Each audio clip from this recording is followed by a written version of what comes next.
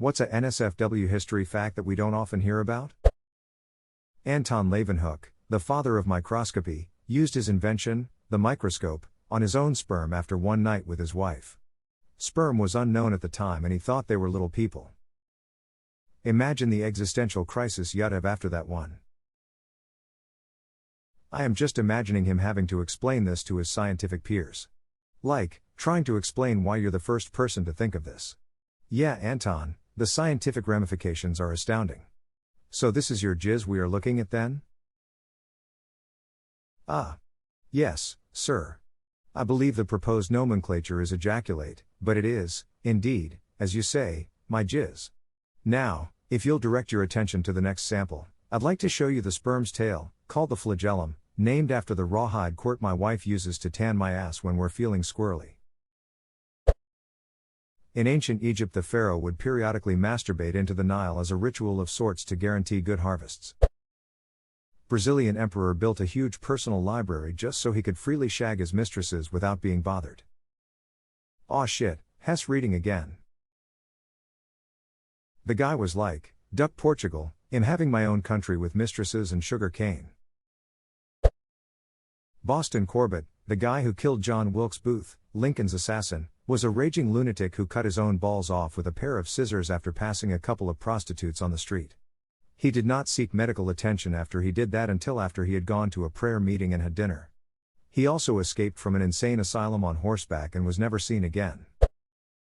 Felix IV, French president from 1895 to 1899, died while getting head. She sucked the soul out of him. Hawaiian kings commonly had harems of both male and female lovers. The first European to make a Hawaiian to English dictionary didn't want to scandalize his Victorian readers, so translated the term for the male lovers to something like intimate friend. This caused some degree of confusion when missionaries arrived asking to become the intimate friends of the Hawaiian nobility. Oh my God, they were friends. When the future Edward VII balked at his mistress's account saying, "Madam, I have spent enough on you to build a battleship," she replied, "And you have spent enough in me to float one." That's pretty clever. I can see why he liked her. In July 1184, Henry VI, King of Germany, latter Holy Roman Emperor, held court at a Hofdegen the Petersburg citadel fort. On the morning of 26th of July, the combined weight of the assembled nobles caused the wooden second-story floor of the Peterskirche to collapse, and most of them fell through into Thelatrina cesspit below the ground floor, where about 60 of them drowned in liquid excrement. And he later went on to become emperor. Yep. Totally an accident. He wouldn't have put all the rich, powerful, and important people in one place just to stage an accident for his own power or anything. Must be an emperor. Why? He hasn't got shit all over him. William C. Minor, one of the contributing writers of the Oxford English Dictionary, chopped off his penis using the pocket knife he used to cut the bound pages of his old first edition book. So that's why it's called dictionary. There is a man named Byers who is entombed in Pittsburgh's Allegheny National Cemetery. He was a golf pro and socialite who ended up being the victim of quack medicine.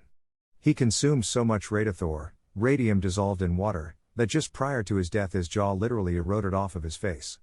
His mausoleum has him in a lead coffin because he's still radioactive. 32 micrograms of radium in him and 10 is fatal. I'm surprised he didn't die sooner. Radiation always kills you slower than you'd want it to. The guy who received the highest ever recorded dose of radiation lived a terribly long time. Granted, some of that time was him being kept alive through medicine against his will to study him, but he lived a pretty long time naturally as well. It used to be thought that blowing smoke up someone's ass was a way to revive them. Some swimming pools actually had a kit, with a bellows-type device, the blow smoke up the ass of a drowning victim. Edited, to clarify tobacco smoke. Are you blowing smoke up my ass? No, Hess saving your life.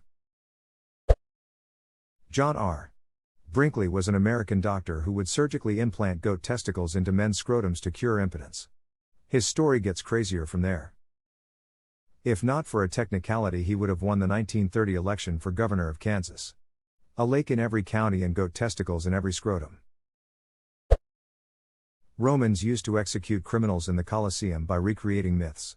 A woman was raped to death by a specially trained bull, Pasiphae. A man was given wings and thrown across the Colosseum, Icarus. Another was made to play an instrument and then be torn apart by animals, Orpheus, and many, many more.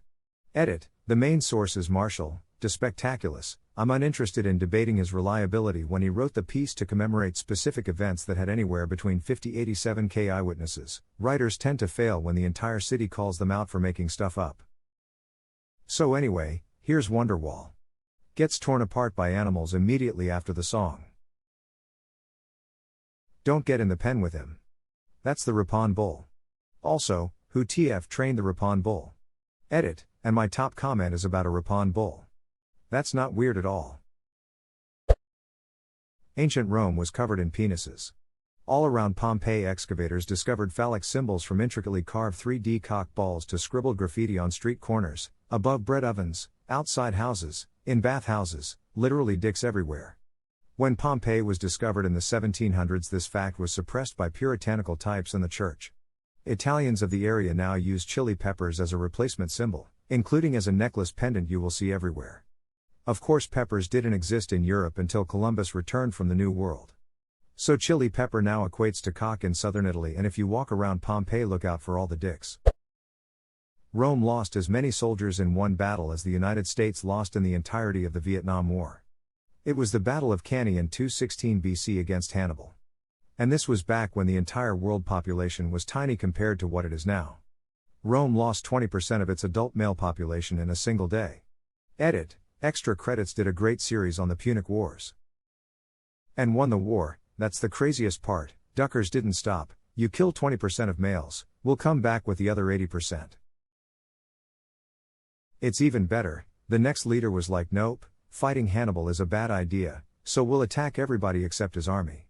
And then we'll invade his city, so they have to call him home, because we sure as shit aren't beating him any other way.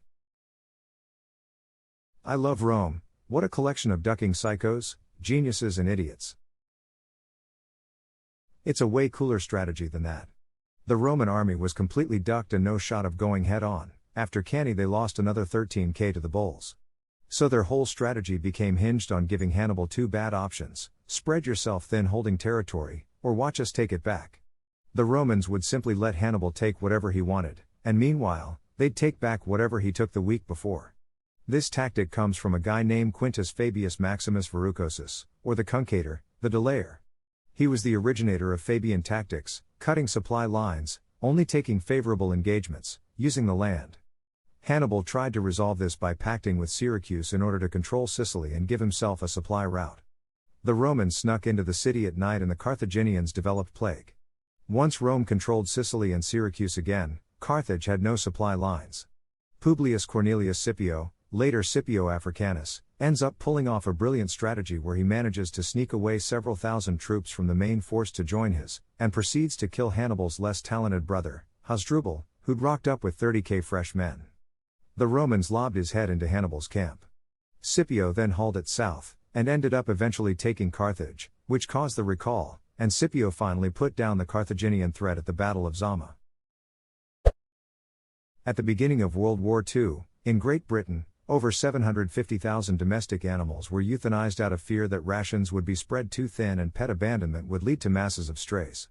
The National Air Raid Precautions Animal Committee, NARPAC, sent pamphlets out to homes suggesting that people should send their pets to the countryside or kindly have them destroyed. This later became known as the British Pet Massacre. My late grandma had a pet pig that she loved when she was a kid. In her old age she would repeat the same 3 to 4 stories about him. Needless to say, Piggy didn't survive the war. One day when times were tough, my great-granddad took Sir Oink a lot out back and the rest is history. I don't think my nan ever really forgave her dad for that. My dad and his siblings grew up on a farm. Sometime in the early 70s they had a pig named Hot Dog. My aunt loved Hot Dog. She'd read him stories and ride him around the yard and all kinds of stuff. But she was also too young to know what Hot Dog was for. One night, she asks what they're having. My grandpa replies, "We're having hot dog." My aunt sits at the dinner table, sees a pork chop on the plate, and says, "This isn't a hot dog, this is a pork chop." My grandpa replies, "I told you, we're having hot dog for dinner." He thought it was hilarious. She hasn't eaten pork since then. My grandmother grew up in an early suburb and was raised by her parents who had both grown up on farms. One day, she won a rooster chick from a game at the county fair and kept it as a pet. I think she had him about a year before he disappeared and they had chicken for dinner. She was like 16 at the time and could connect the dots. Apparently she had a pretty lonely childhood and didn't have many friends or relatives her age until she went to nursing school. That rooster was one of her only friends and her parents couldn't understand why she was so upset that they ate him. I knew my great-grandparents in their declining years and they were pretty cold and uncaring people. Apparently they had actually mellowed quite a bit with age.